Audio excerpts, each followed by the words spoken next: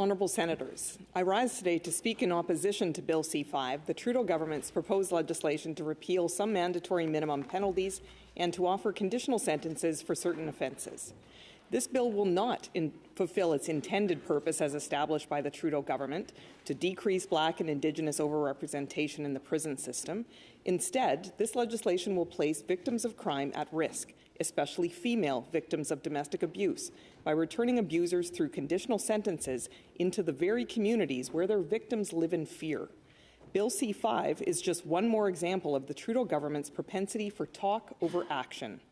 When Justice Minister Lametti appeared before our Senate Legal Committee, he presented Bill C-5 as a bill meant to address, as an example, quote, an Indigenous mother who was caught in very low-level trafficking in order to put bread on the table, quote. The idea was, of course, that Bill C-5 would allow conditional sentencing for certain offences and remove mandatory minimum penalties from others, so that judges would have more discretion at the lower end of sentencing in cases like these. However, just 2 weeks ago, the Supreme Court of Canada upheld the constitutionality of Parliament's limitations on conditional sentencing from 2012 and found that while an offender's personal circumstances should be taken into account, they do not reduce the severity of that offender's crime.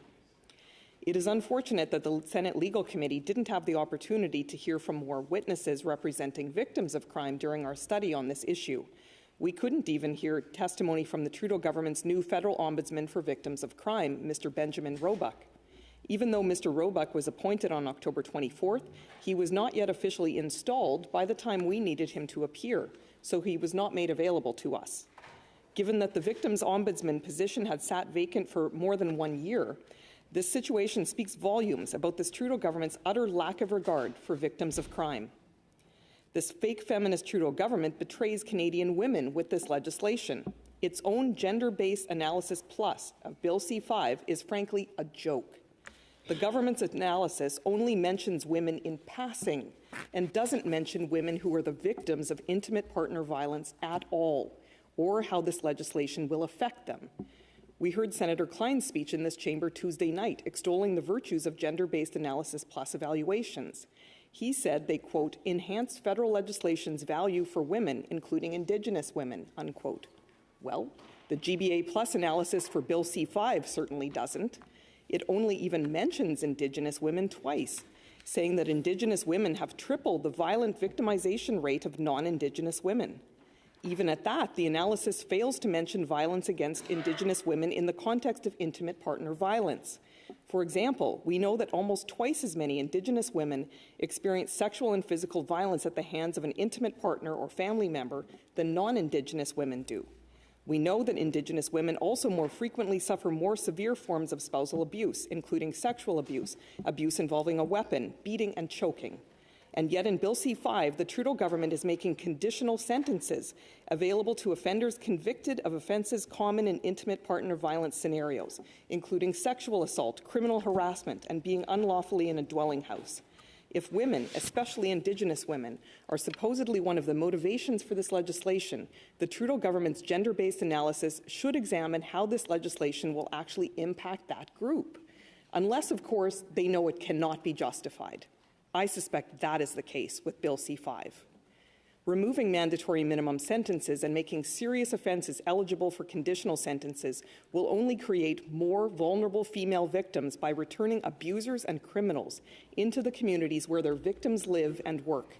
This bill is absolutely going in the wrong direction.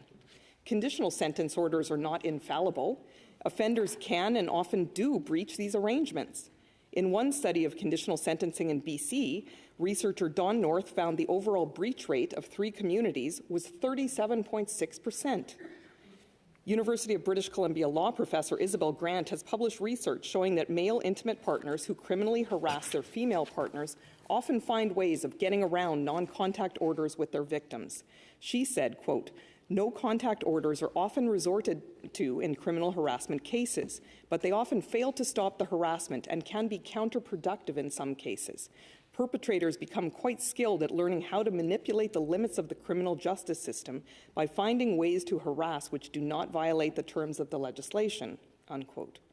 It is noteworthy that Bill C-5 allows for a conditional sentence to be served as the penalty for a conviction of prison breach, ironically, serving house arrest for breaking out of prison. Does this inspire clear confidence that an offender will adhere to the restraints of their conditional sentence? No way. And the devastating result in cases of domestic violence is that the results could be catastrophic and even deadly.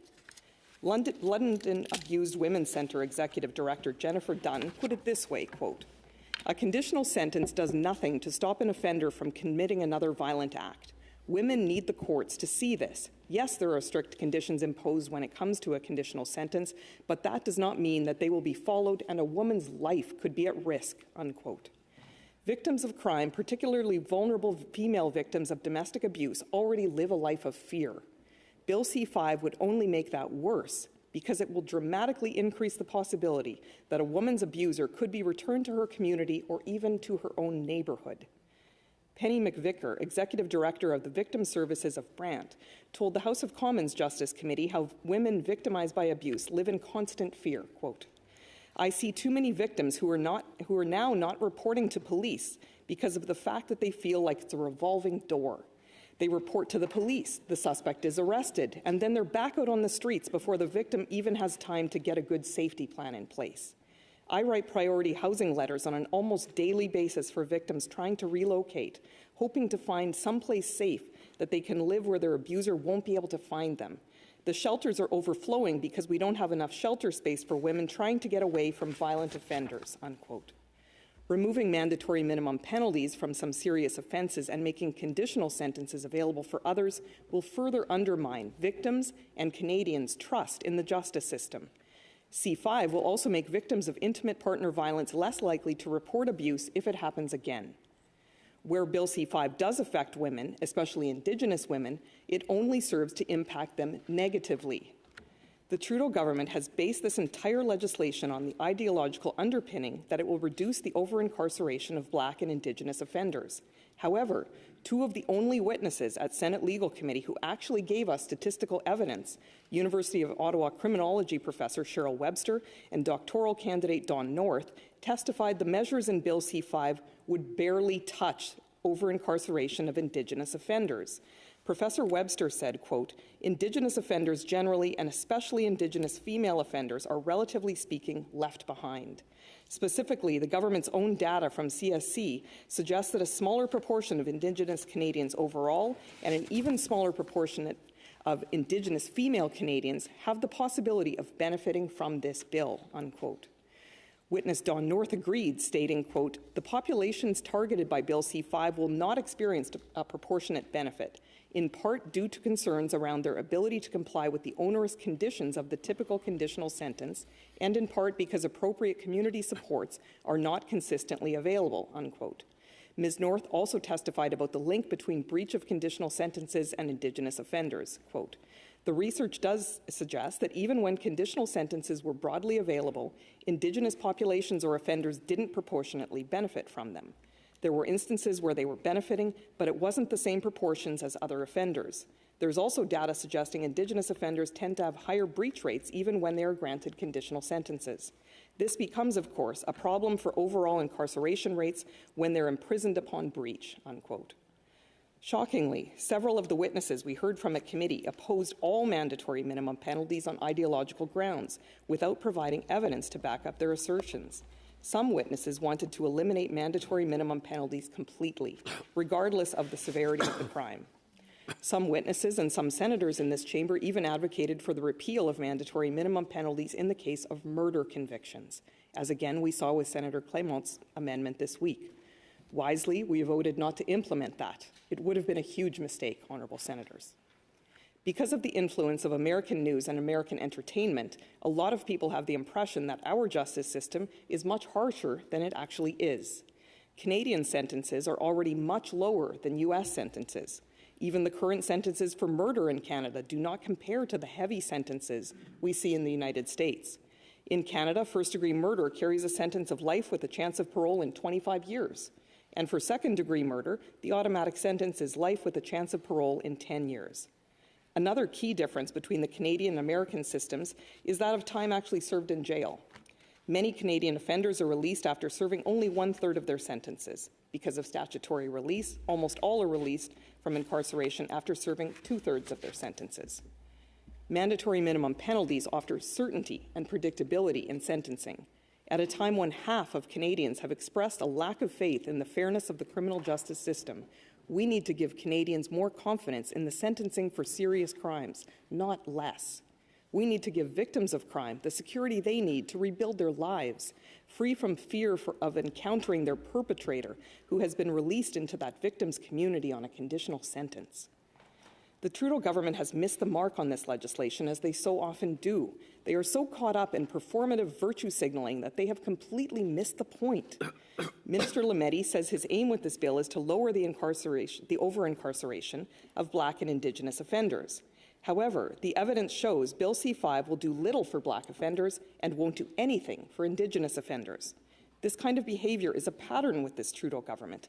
I've seen it when I tried to get the government to keep the peremptory juror challenge process in Bill C-75. Many defence lawyers told our Senate Legal Committee they used peremptory challenges to weed out potentially racist or biased jurors to assist their racialized defendants. Still, this government stubbornly insisted on removing it. Similarly, in Bill C-46, the Trudeau government's impaired driving bill, the government allowed the police to conduct random mandatory alcohol tests without any basis of reasonable suspicion. I opposed the measure and moved an amendment to remove the clause, given warnings that mandatory random testing could increase racial profiling by police. My amendment passed at Senate Legal Committee and in the Senate. Still, the Liberal government forced it back in. However, just last month, the Quebec Superior Court ruled that police motor vehicle stops without cause are in fact a violation of charter rights. When it comes to actually acting in the real and best interests of Black, Indigenous and racialized Canadians, this Trudeau government never misses an opportunity to miss an opportunity. The same can be said of its empty, fake feminist platitudes on issues that actually matter to women. Time after time, when this federal government has the chance to make a difference, they opt instead for the superficial solution that might sound good, but is at best completely ineffective, and worst, devastatingly harmful. Bill C-5 is a prime example. This bill will do precious little to address the issue of Black over-incarceration. It won't even touch the issue of Indigenous over-incarceration, and paradoxically, this bill could very well make it worse. And Bill C-5 puts at risk victims of crime, vulnerable victims of domestic violence, most of them women, and pulls them back into a web of danger. If you care about these issues, honourable senators, if you care about women, if you care about safety, if you care about actual justice, I implore you, please vote against this bill. Thank you.